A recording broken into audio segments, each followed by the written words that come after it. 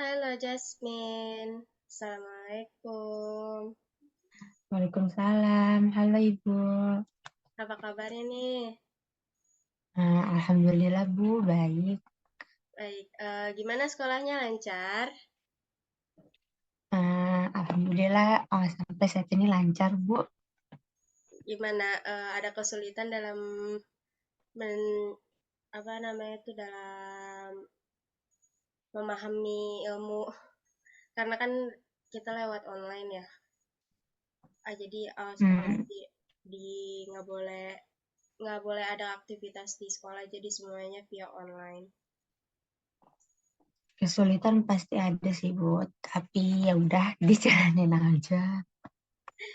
Baik, karena sebelumnya Jasmine udah buat janji nih sama ibu di WA ya tadi untuk melakukan kegiatan konseling, tapi karena memang sekolah itu ditutup dan tidak boleh ada kegiatan di sekolah, jadi kita melakukan konselingnya via Zoom aja ya. Iya Bu, nggak apa-apa kok. Dan justru saya juga malah kayak ngerasa lebih enak kayak gini, jadi lebih privasi gitu. Kayak langsung face to face ya, nggak ada orang lain ya di sekitar ya. Ya, betul Bu. Nah, kegiatan ini juga ada nama lainnya juga loh, namanya itu cyber counseling. Jadi cyber counseling sendiri ini merupakan strategi di dalam BK yang dilakukan secara virtual menggunakan aplikasi atau web yang dapat mendukung proses kegiatan konseling. Dan juga seperti yang kita lakukan sekarang ini nih, menggunakan aplikasi Zoom. Wah, oh, saya baru tahu tuh, Bu. Saya juga baru dengar ternyata ada cyber counseling ini. Iya, selain pakai aplikasi kayak gini nih, pakai aplikasi Zoom, Google Meet, atau WhatsApp juga, via chatting pun bisa. Ada juga nih webnya buat konseling, itu di Google udah banyak sih sekarang. Nah, jadi cyber counseling ini sendiri itu merupakan inovasi yang ada di dalam BK dan sudah dikembangkan nih dan disesuaikan dengan keadaan sekarang, keadaan pandemi kayak gini nih, karena kan pandemi ini kan kita kayak benar-benar disuruh social distancing, nggak boleh keluar rumah, benar-benar dikurung di rumah. Hmm. Jadi itu supaya agar kegiatan konseling ini itu tetap berjalan dengan baik dan konselor itu tetap bisa memberikan layanan tanpa harus tatap muka atau juga klien yang berada di luar kota seperti ibu nih adanya di Bogor tapi kliennya ada di Makassar kan nggak mungkin kliennya datang ke Bogor kan jauh capek di jalan doang. Nah itu bisa seperti itu. Terus juga kan karena mengikuti zaman sekarang nih kita yang COVID-nya makin sekarang tinggi lagi. Jadi eh, kita sebagai konselor tuh juga diminta untuk mematuhi protokol untuk tidak saling bertemu. Dan juga kan apalagi COVID ini juga memberikan dampak besar ya kepada psikis juga kan ya kayak mereka tuh pada stres di rumah terus yang biasanya beraktivitas. Jadi ini walaupun kita nggak tatap muka secara langsung, setidaknya kita bisa memberikan bantuan secara virtual seperti itu. Oh, kayak gitu, Bu. Keren ya, Bu. Jadi bisa ngikut perkembangan zaman juga cyber counseling ini. Iya, karena eh, konselor kan dituntut untuk memberikan pelayanan yang terbaik ya kepada klien. Nah, salah satu caranya tuh seperti ini untuk bisa memberikan pelayanan yang terbaik pada klien sehingga klien klien terasa merasa puas dan merasa dirinya tuh tidak percuma uh, untuk konsultasi dengan konselor seperti itu. Sebelumnya juga Ibu mau nanya nih, Jasmine pernah melakukan konseling?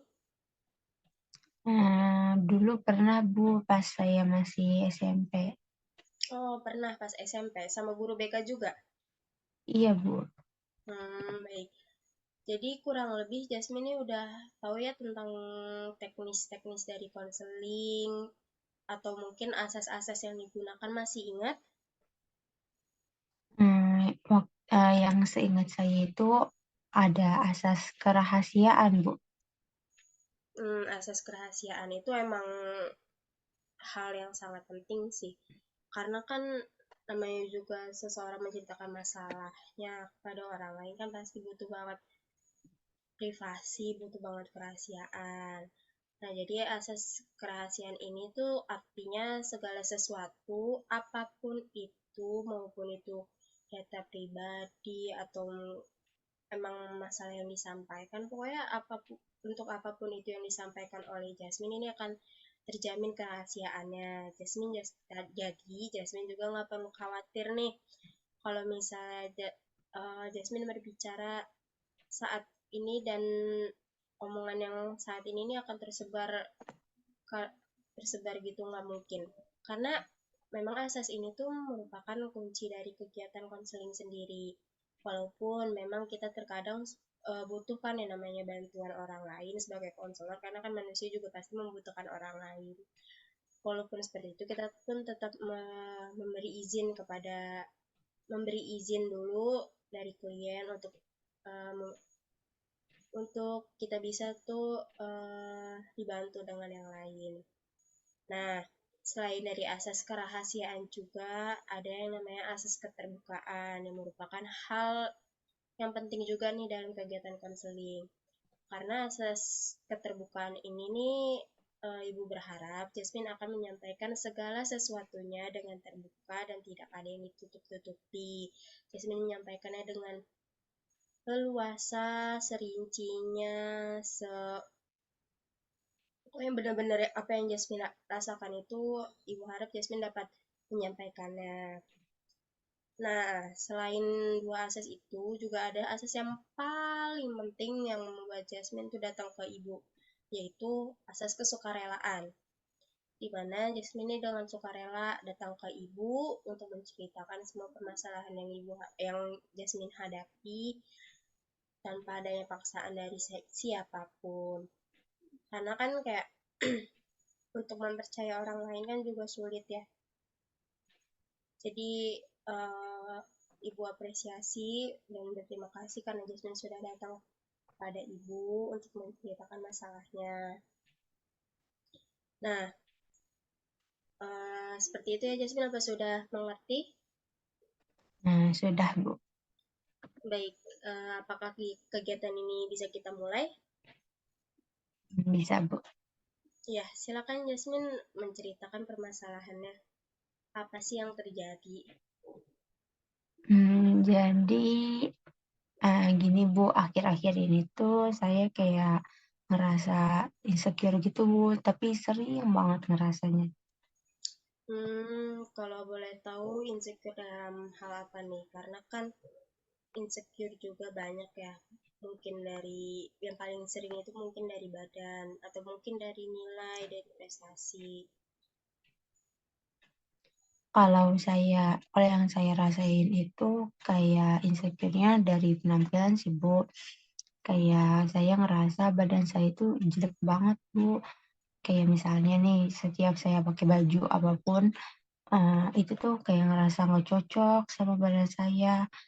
Kalau misalnya saya bandingin sama teman saya nih, dia mau pakai baju apapun itu, tetap aja di dia itu bagus, cocok, rapi.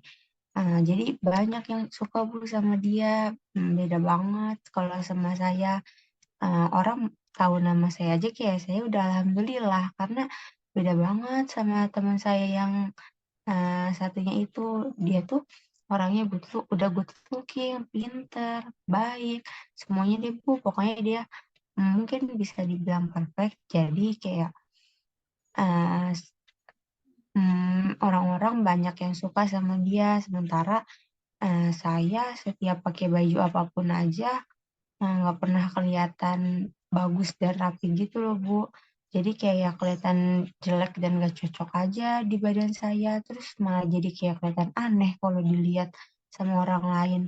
Jadi gimana orang lain mau temenan sama saya kalau sayanya aja kayak gini?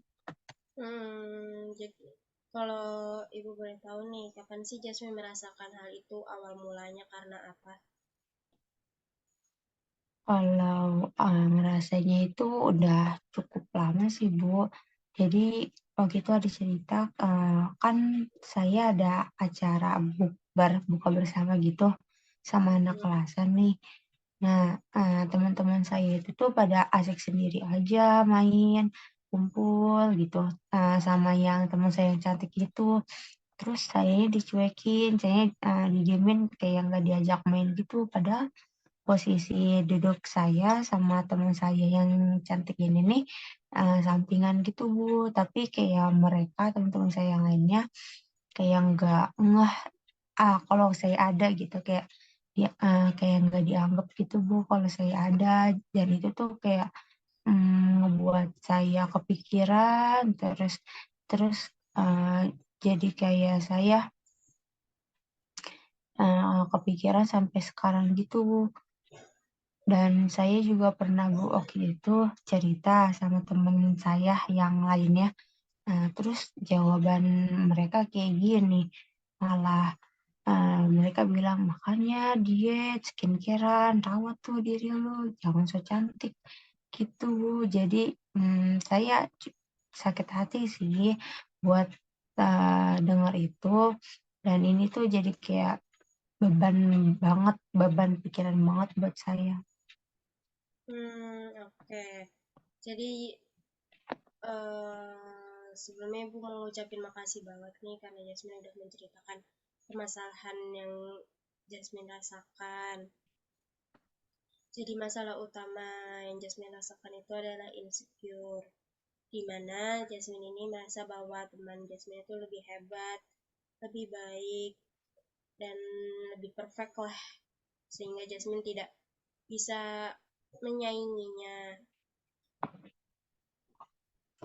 Nah, iya Bu, benar banget. Dan ini tuh jadi beban pikiran banget Bu buat saya. Terus kayak jadi saya tuh nggak bisa move on dari permasalahan ini karena kepikiran terus. Kalau boleh tahu dampak apa yang sudah Jasmine rasakan nih eh, dari hal ini? Untuk dampaknya sih sampai sekarang saya jadi kayak ngerasa cemas gitu Bu. Saya jadi takut buat keluar, takut buat ketemu orang gitu Bu. Psikososialnya ya, takut untuk keluar. Ya, memang dampak dari paling utama dari rasa insecure sendiri itu tentunya terganggunya kesehatan mental seperti depresi, gangguan kecemasan, paranoid, atau masalah pada body image. Dan Jasmine menceritakan hal ini tuh merupakan hal yang tepat pada saya. Karena memang jika rasa insecure ini terus bertumbuh itu akan sangat berbahaya. Karena insecure yang berlebihan dan tidak kunjung diatasi dapat menyebabkan hal yang disebut dengan gangguan kesehatan mental yang serius, di mana ini memang sudah sangat sulit untuk diatasi. Dan juga apalagi Jasmine juga tadi cerita ya, sempat cerita juga sama orang lain tapi malah dapat jawaban yang tidak mengenakan. Jadi sekali lagi Ibu ucapkan terima kasih karena Jasmine sudah menceritakan hal ini kepada Ibu. Nah, angka awal nih yang dapat Jasmine lakukan yaitu tanamkan mindset atau pikiran dengan istilah ubah insecure menjadi bersyukur. Jadi coba nih Jasmine pikirin hal apa saja sih yang dapat dibanggakan dari diri Jasmine. Kayaknya nggak ada deh Bu. Pasti ada. Setiap manusia itu memiliki kelebihan dan prestasi sekecil apapun itu pasti ada. Mungkin dari Jasmine yang selalu tepat waktu dalam mengerjakan tugas dan mengumpulkannya. atau cepat nih dalam memahami pelajaran di kelas. Memang itu hal yang sangat kecil bagi Jasmine, tapi itu juga merupakan hal yang sangat besar bagi sebagian orang karena kan warga Indonesia kebanyakan mempertahankan budaya ngaret ya daripada budaya on time-nya. Terus juga dengan belajar mengajar yang sekarang menggunakan online sehingga mereka yang kayak nggak dapet nih suasana belajarnya di rumah, jadi kayak nggak sering ngerasa ngantuk atau bahkan tidur pas pas jam pelajaran seperti itu. Nah, selain itu ada juga nih hal sederhana yang yang dapat membantu Jasmine, yaitu dengan uh, menuliskan kata-kata positif pada buku harian Jasmine, entah itu buku catatan pelajaran atau apapun itu yang memang sering Jasmine baca dan sering Jasmine pegang. Itu tuh kata-kata sederhana aja, kata-kata positif yang dapat membangkitkan rasa percaya diri seperti terima kasih sudah bekerja keras, kamu hebat, kamu cantik, atau sebagainya.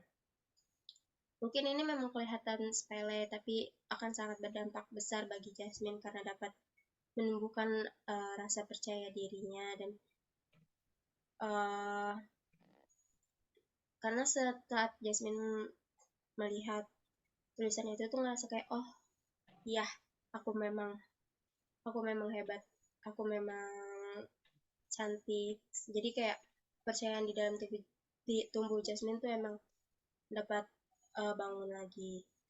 Jadi ibu harap nih Jasmine tuh dapat menghargai diri sendiri, cintai diri sendiri, karena tidak ada orang yang seperti Jasmine dan tidak akan pernah ada seperti itu.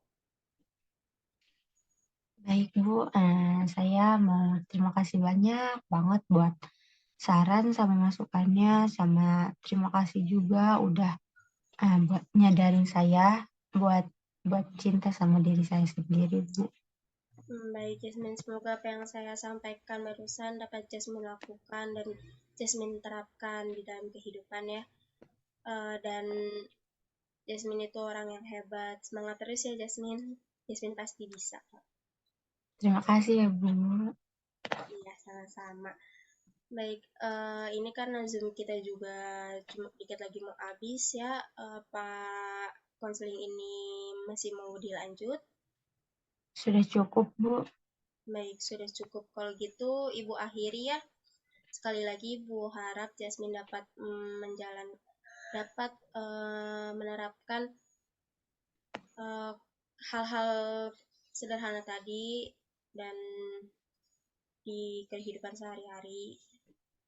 Dan semangat terus buat Jasmine. Saya akhiri. Wassalamualaikum warahmatullahi wabarakatuh. Waalaikumsalam warahmatullahi wabarakatuh. Terima kasih sekali lagi Bu. Terima kasih juga Jasmine.